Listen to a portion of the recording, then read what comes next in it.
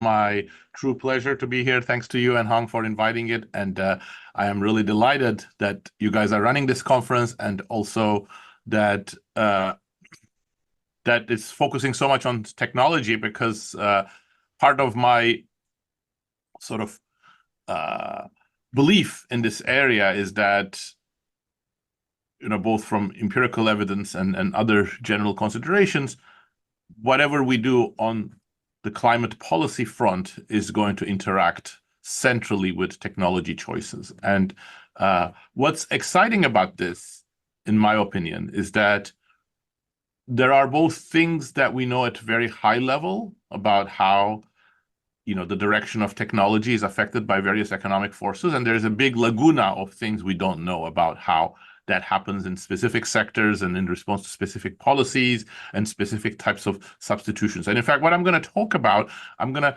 try to do two things at the same time in a very brief sort of presentation, both give you a sense of some of the things that we know in this area and also of the sorts of issues that I think are very open and require more research. And to do that, I'm going to talk about a paper by myself, Philippe Aguillon, Lind Barrage, and David Hemus on climate change-directed innovation and the energy transition, which focuses on the long-run consequences of the shale gas revolution. And part of the reason why this is, I think, an interesting context is because it shows some aspects of this complex interaction.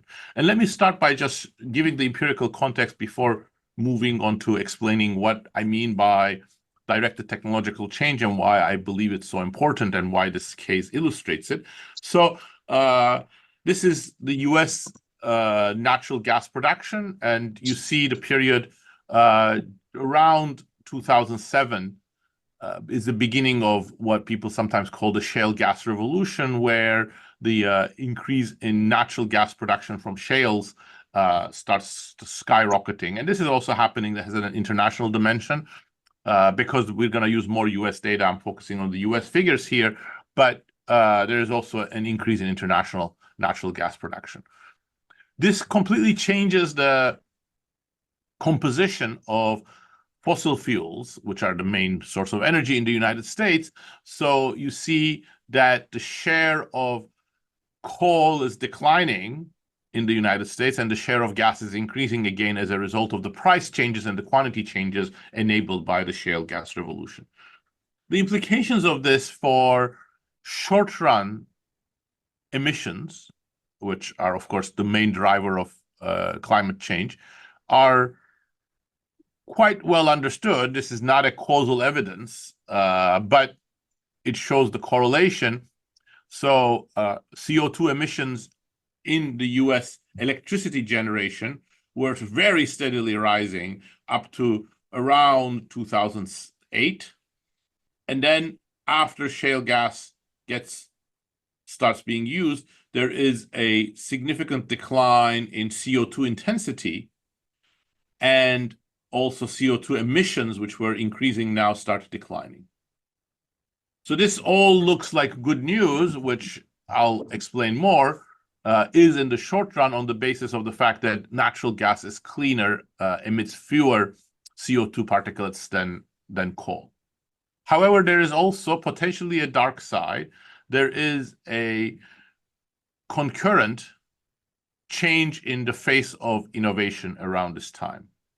So this is US data, but it looks quite similar when you look at European patents as well. Whichever measure of activity, innovative activity in renewables relative to other patents, either total patents or fossil fuel patents in the electricity sector or various other things you do, you see that there is a big innovation boom in renewables and green technologies starting around 2003, 2004.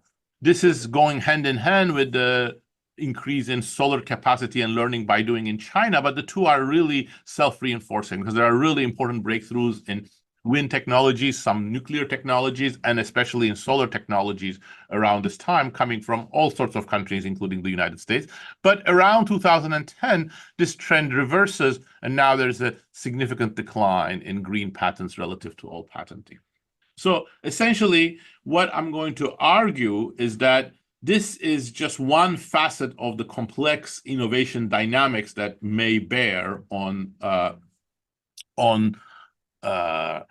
how policy and various changes in endowments and other aspects of technologies interact with climate change concerns and the direction of innovation in climate change related areas. So essentially, what I'm going to show you is that if you build a very simple model, and I'm going to do that in the most tractable way, but then also extend it a little bit to make it more quantitative, that blends energy substitution and directed technological change. And this directed technological change, of course, is the important element from my point of view. So I'll explain a little bit more about what are the general properties that are being embedded here. But if you do that, you will indeed have the energy substitution piece, as just you might have expected, dominate in the short run, and CO2 indeed declines if gas is sufficiently clean compared to coal, which according to the numbers we have, that seems to be the case. But it also has a negative effect on green innovation. And the reason for that is just the usual economic forces. Now, fossil fuel related technologies become cheaper. And once they do that, that makes renewables less attractive, all else being held equal. This then can delay energy transition and potentially increase long-run emissions. So that's a paradoxical result, and we'll see whether that paradoxical result is difficult to get in theory and whether empirically it seems to be well-founded, meaning that is this kind of behavior here that you're seeing, is this sharp enough to actually make the long run problematic? And if so, how do we get a leverage on that long run? And in particular, a very robust implication is that if you have a shale gas boom or any other kinds of things that like this that affects the energy sector, there are these indirect effects working through technology that typically makes the importance of the right climate policy more important. So in specifically what I mean here is that you needed the optimal climate policy, and I'll talk a little bit about that in the model even without a shale gas boom. But once you have a shale gas boom, the need for policy and the welfare implications of the policy increase, and the damages that you can do if you don't have the right policy can actually intensify. And that's what I'm going to try to show you on the quantitative section very briefly as well. So let me now tell you, I mean, I don't need to do much of this because this audience knows the literature better than I do, but there's a growing literature that has been very influential at the intersection of micro and macro that tries to incorporate emissions, carbon cycle, and welfare implications of those emissions through the carbon cycle into otherwise standard economic models, either growth models or more microeconomically based models. Some of this has also worried about what about technological change. But I think what is very important here, and that's the work that I've done with Leo Burstein, David Hemus, and Philippe Aguillon, as well as with Ufuk Akçigit, Bill Kerr, and Doug Henley, is to allow for the direction of technology between fossil fuel-based energy and less polluting energy to be endogenous. So where additional technological investments are going to go. And once you build a model like this, you get three sets of results, which we're going to see in the specific context of this shale gas model, but they are much more general, so I want to sort of emphasize that. The first is that there may be path dependence. Once you have spent 100 years investing in, internal combustion engine, it may be much harder to switch to electric motors or other types of cleaner technologies in car transport, for example. Once you have invested a huge amount in coal-fired plants, it may be harder to switch to those that use renewable energy. So that path dependence is a big barrier to climate transition because it means that you need to overcome a potentially higher barrier because of past investments. It also implies that if you manage to redirect technological change, path dependence could be your friend.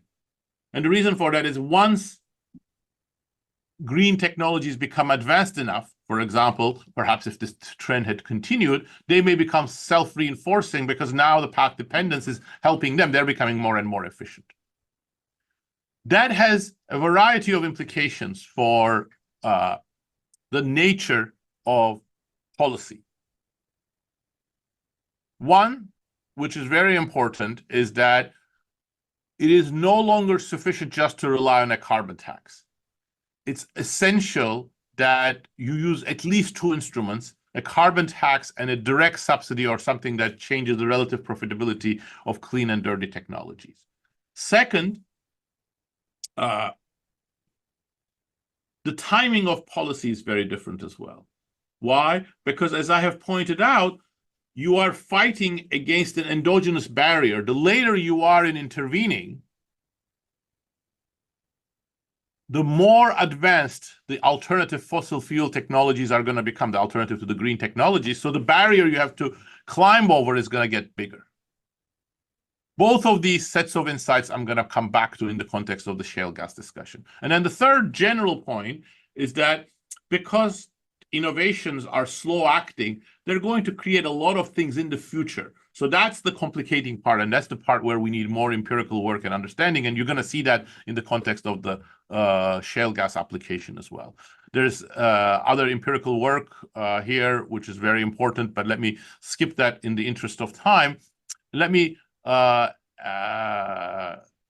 in the paper that we have, we provide additional empirical evidence on what's going on in the innovation sector. I'm not going to do that. Instead, I'm going to talk about the basic model and then briefly talk about the quantitative model. So here is the the basic model. This is much more, somewhat more involved than the types of papers that I was referring to my work on this in the past, precisely because we're trying to deal with the energy transition as well.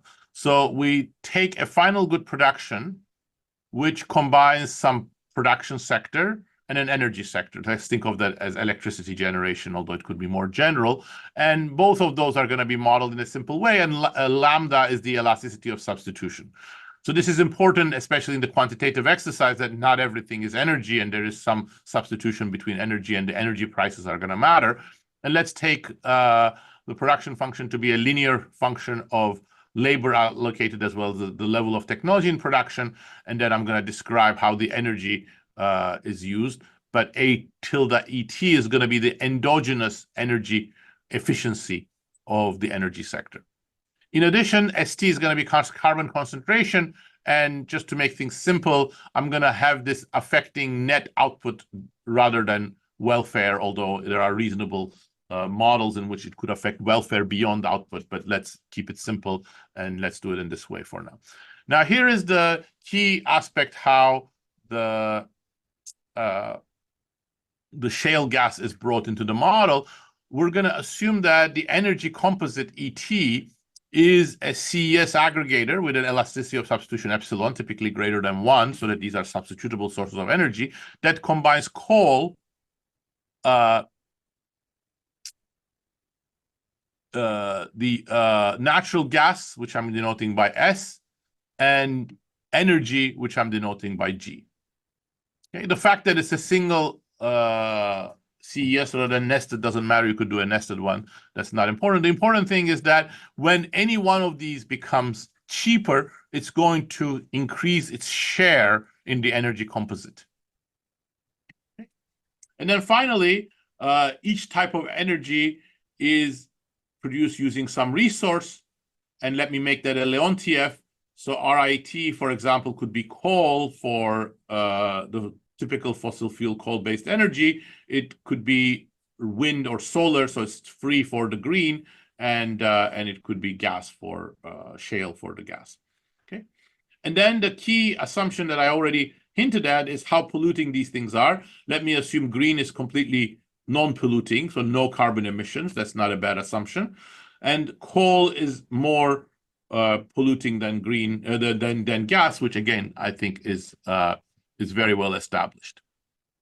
Okay, and then finally I'll describe the technology side, which is that each energy is going to require a continuum of intermediate goods or types of machines, like the power plant technology. It requires steam turbines, boilers, etc. And each one of these has its own endogenous productivity, and that's where technological progress is going to come from. So these things are going to advance, and when there is an innovation, the level of these AIJTs increases by 1 plus gamma, where gamma is a positive number. And the key here is going to be the average productivity of the power plant for energy of type I, which is essentially a log average of a proportional average of the AIJTs. Okay. Resource extraction, as I said, is coal and gas requires resource extraction. Green resource is free. And let's also denote the extraction productivity, BCT and BST, to denote the productivity of extracting coal and gas. And the reason why you need to specify these things is because, given the Leontief, the effective productivity of energy type I is going to have to combine AIT and BIT. And this is already one place where you're going to see some insights about long run is what is the bottleneck here? Is the bottleneck going to be the extraction technology, or the bottleneck is going to be the power plant technology? Short-run effects of the shale gas boom are very straightforward.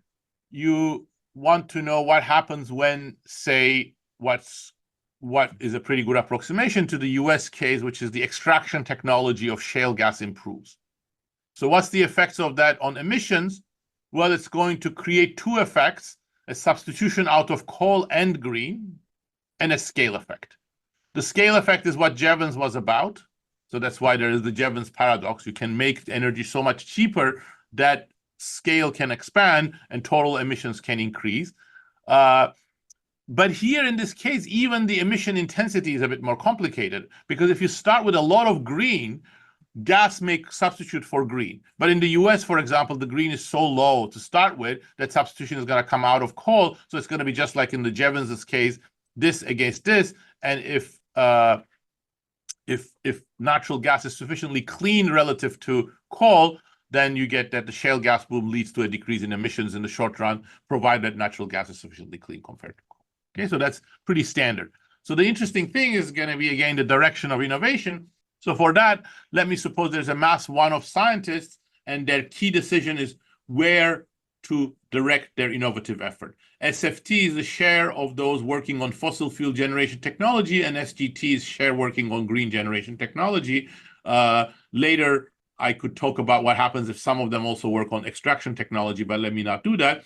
And let's suppose that in discrete time, each scientist has a probability of success when they direct their innovation to sector I of eta I times SIT minus phi. So the reason why this depends on SIT minus phi is a sort of a typical get in each other's way externality or congestion externality. More people are going to devote their energy on the next solar panel. The probability that each one of them will get that might decline, but the overall innovation, of course, is going to be increasing. And then, as I said, innovation increases productivity by proportionally by 1 plus gamma.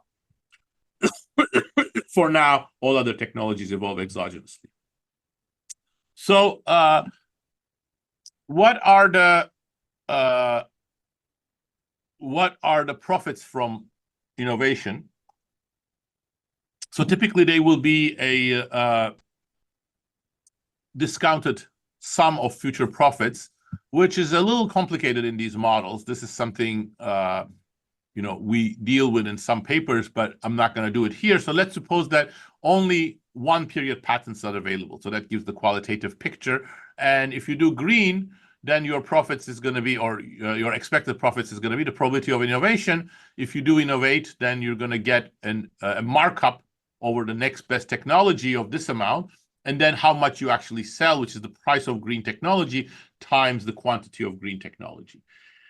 If you do an innovation in the fossil fuel sector, as a baseline, I'm assuming that that can be used both in coal and shale gas. The power plant technologies are similar. This is not critical. You can actually relax this assumption, and we do in the extensions. But here, let me focus on that case. So if that's the case, same logic. This is the probability of innovation. This is the markup. But now the market size for you is going to be some combination of coal sales and shale gas sales and their relative productivities. These CCTs here that I define is going to determine how important each one of them are. In an interior equilibrium, of course, innovators must be indifferent so that these two things are equated. And that gives you most of the insights that you need, and the one-period patterns makes it easy. You can solve it out. So here is the expression for the relative allocation of science and innovation resources towards green and fossil fuels. And you see some of the general, these are much more general than what this particular expression highlights, but the same sort of general forces, you see them in this more parametric case. Better green technology leads to more green innovation. Better gas technology leads to more fossil innovation. Why is that?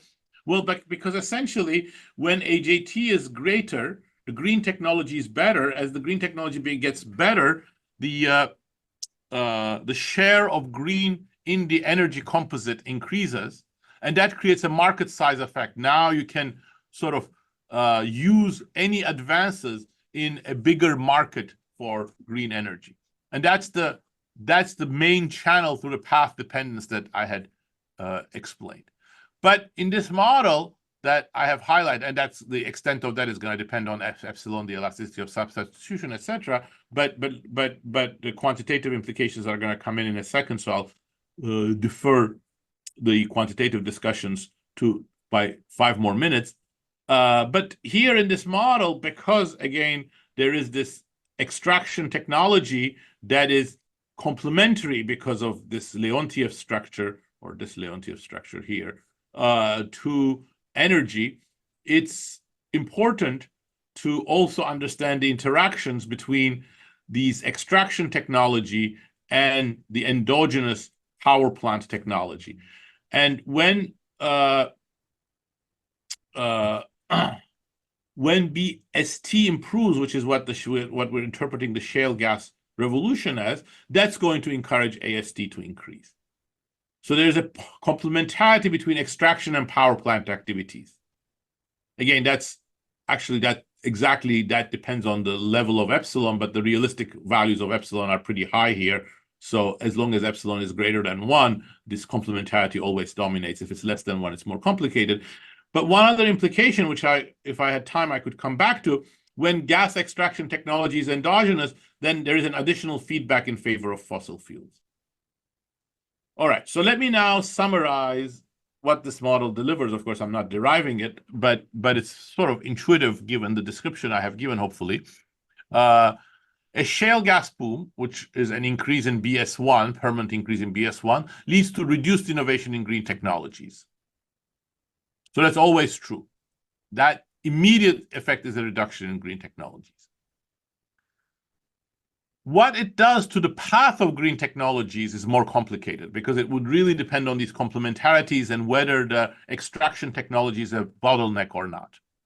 But when the extraction technology is not too much of a bottleneck, then you can actually show that green innovation declines in all future periods as well.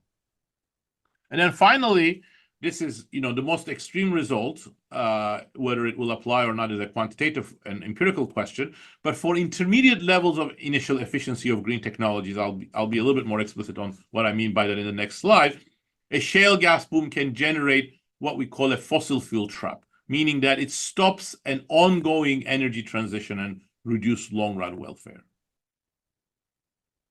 So let me actually provide more details on that. The condition for understanding this in the simplest possible way is to make sure that the extraction technologies don't become a bottleneck. So what that means is that let's suppose that BCT and BSD grow at a constant rate, and that constant rate gamma eta B is sufficiently high. When that happens, the Leontief implies that the relevant cost is the power plant technology. And and then we say that the economy is on a fossil fuel green path if all long-run innovation is in fossil fuel, and it's in a green path if all long-run innovation is in a green path. And essentially, the essence of this third part here, the fossil fuel trap, is that a shale gas boom makes the fossil fuel path more likely. So in particular, fix all the other parameters and just treat AG0 as the free parameter. Then there are three regions. When AG0 is low, then shale gas boom hastens transition to an all fossil fuel economy. The economy in this case, there's no way it can escape fossil fuels. This is not great for climate change. If AGT is very high to start with, or sufficiently high, then the shale gas boom delays the transition to green economy, but doesn't disrupt it. So this could have negative welfare consequences, but at least technology is still going to go towards green, either because there are enough subsidies or the extraction power plant technologies are enough for their interactions are enough to ensure that. But the intermediate case is the fossil fuel trap. In this intermediate case, the shale gas boom pushes the economy from green to fossil fuel path. So now the question then is, and this is where I think there's the big laguna that I was talking about, we understand these economic forces, but what are the sort of empirically relevant cases? Can we really be in this middle region? Are we in this vicinity? And if we are in the middle region, where do we see the welfare effects? What sort of short-run versus long-run dynamics are there? And how can we actually reduce the uncertainty about the relevant parameters and so on? So to do that, we go to the quantitative setup. In the quantitative setup, we have to talk about welfare. So we specify welfare. Let me not go into the details, but the only non-standard thing here is that because we're going to calibrate this and use some estimates from the micro data of the energy sector in the United States, we also want the rest of the world. So we put some weight on the rest of the world utility here. And then rho U is the social planners discount rate.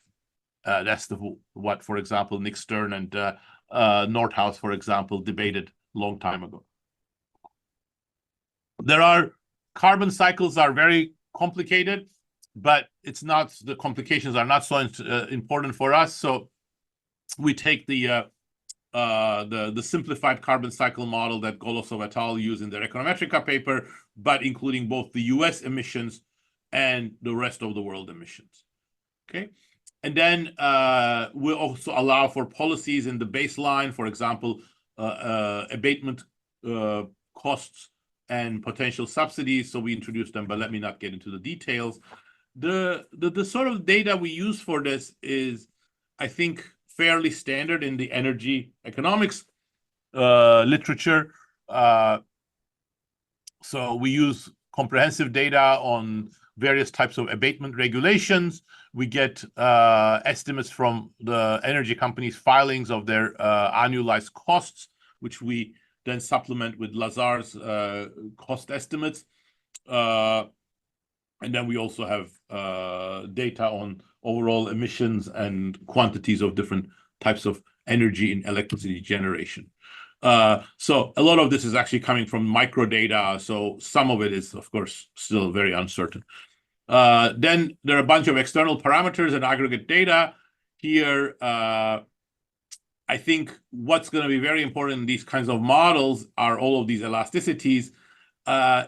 But as long as epsilon is not too crazy, this doesn't seem to matter much. And lambda doesn't matter all that much, which is the elasticity of substitution between energy and the rest of production. Gamma, of course, is going to matter. Gamma in this model regulates two things. One is the speed of growth given innovation, so the composition between how frequent innovations are and how big the jumps are, and also it regulates profits, because bigger gamma means there's a bigger gap between the best and the next best technology. And then we get standard data on BEA. And then we're going to model the shale gas boom as a 100% increase in the extraction technology. And I'll show you next slide, or 2 slides now, that this actually matches the US data. And then the method for solving this is that we solve all the initial values of the parameters to be consistent with the energy production distribution parameters and the parameters of the energy composite to be consistent with the aggregate data on electricity generation, GDP, capital stock, generation costs, and employment shares in the different sectors of the economy. Okay, the short run part of the model, I think, is somewhat simpler. So let me start by showing you the results of the short run part of the model. So here we feed in the 100% increase in B, which translates into a 50% decrease in gas prices, which is, you know, in the ballpark of the US. That generates in our benchmark parameterization an 11% reduction in energy in emission intensity, which is exactly what the US data generates as well. And it increases energy consumption because now energy is becoming cheaper, electricity consumption in particular, 8%, but the CO2 emissions fall by 4%. This 4% decline is very much in the ballpark of what people estimate from the micro data. And you can see here, as I said, you know, higher epsilon, lower epsilon doesn't make too much of a difference here. Now, of course, the numbers change, but the big picture doesn't change. So those parameters are not so important. There are going to be other parameters that are important, but I'll come back to that. The ones that are important, of course, are the ones that we know less about, which are the which are for innovation part. So so let's so in particular, this psi here is going to matter, and the calibration of the extraction technology matters as well. So there are a bunch of things here that are going to matter. But let me sort of show you without further ado what this model looks like. This is actually what I'm showing you here is for the case in which without the boom, there are no policies. But it looks very similar if you have abatement costs and the subsidies that were prevailing in the US in the early 2000s, because those were quite small. So what you get from the model, if you do that, and again, there's huge amount of uncertainty here, and those are some of the sort of the laguna that I was talking about, there is a very slow energy transition in the United States. You see that the share of scientists, this one was the one I wanted to point to, the share of scientists working in green is increasing over time, and very, very slowly in a couple of hundreds years of time, it's going to converge towards 1. Very, very slow energy transition, not optimal. This is because there's no optimal policy here. But then, again, for these parameters coming from microdata and innovation dynamics, if you put the shale gas boom, it doesn't completely kill the green sector, but it damages it enough that the trajectory turns from slightly positive to slightly negative. So what this says is that, in fact, if we take the microdata parameters and the model structure, these innovation effects could be very important. How important? We don't know, because there's a lot of uncertainty here. That's part of what we need to fill in, both with much better microdata and better modeling of the exact energy dynamics. What about emission levels? Emissions immediately decline. Emission intensity declines even bigger, as we have seen. But according to our calibration, these are all changes relative to the no boom, sorry. According to our calibrations, in about 40 years' time, this could be reversed because of these innovation dynamics. Even though these innovation effects are not massive, they start building up in 40 years' time.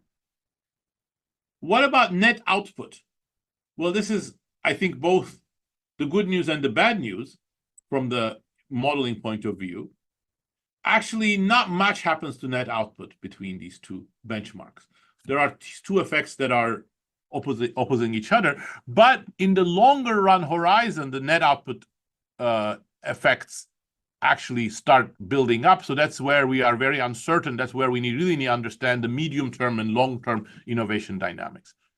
What does this imply for welfare? Well, our estimates imply that whatever you do, as long as you are in the less than 1.5% social discount factor, which I think is beyond that, is really very high social discount factor, so you really don't care about the future. As long as you are here, you have negative effects on welfare. So, but those are driven by what happens in the relatively long run. So you should still be suspicious, but you're not going to get a big benefit from the shale gas boom, despite the fact that it has this capability to cut emissions.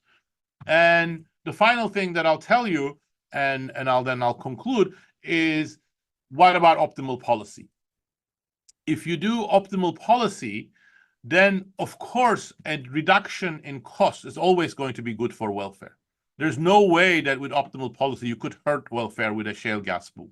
But how much do you help it, and what does that optimal policy look like? Well, first of all, with optimal policy, as opposed to this laissez-faire thing where the shale gas, share of scientists working in green jumped down a little bit and then started trending down, you actually use the shale gas boom to even increase the people who are working on green, because now the green has to run faster, and you make it converge to one very quickly. That's not something we saw earlier on. And you do that, that's the interesting thing, mostly using green research subsidies. You want to use carbon taxes, but carbon taxes are secondary. So in fact, you don't see a big difference between the no boom and boom carbon taxes. And carbon taxes are not turns out that it's not the main method for redirecting technological change. Of course, in practice, there are going to be restrictions on how effective green research subsidies are. There could be gaming, etc., but there's gaming for every policy. But at least this is another robust prediction of this class of models, that these green research subsidies really matter. So it's not just pricing carbon.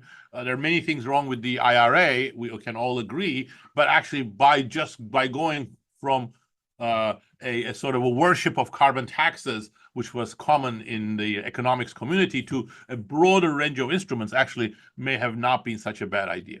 All right, let me conclude. There are a bunch of extensions we consider, which sort of are all interesting, I think, directions for doing them more seriously in the future. But I think the important issue that I want to highlight is that this indirect effects on the direction of the innovation in the energy sector is very important, and I think there is so much more to study here, and the shale gas boom is important to illustrate why these indirect effects could be very important, because even something that appears so good and has such good effects in the short run could create much more complex long-run implications. Thank you.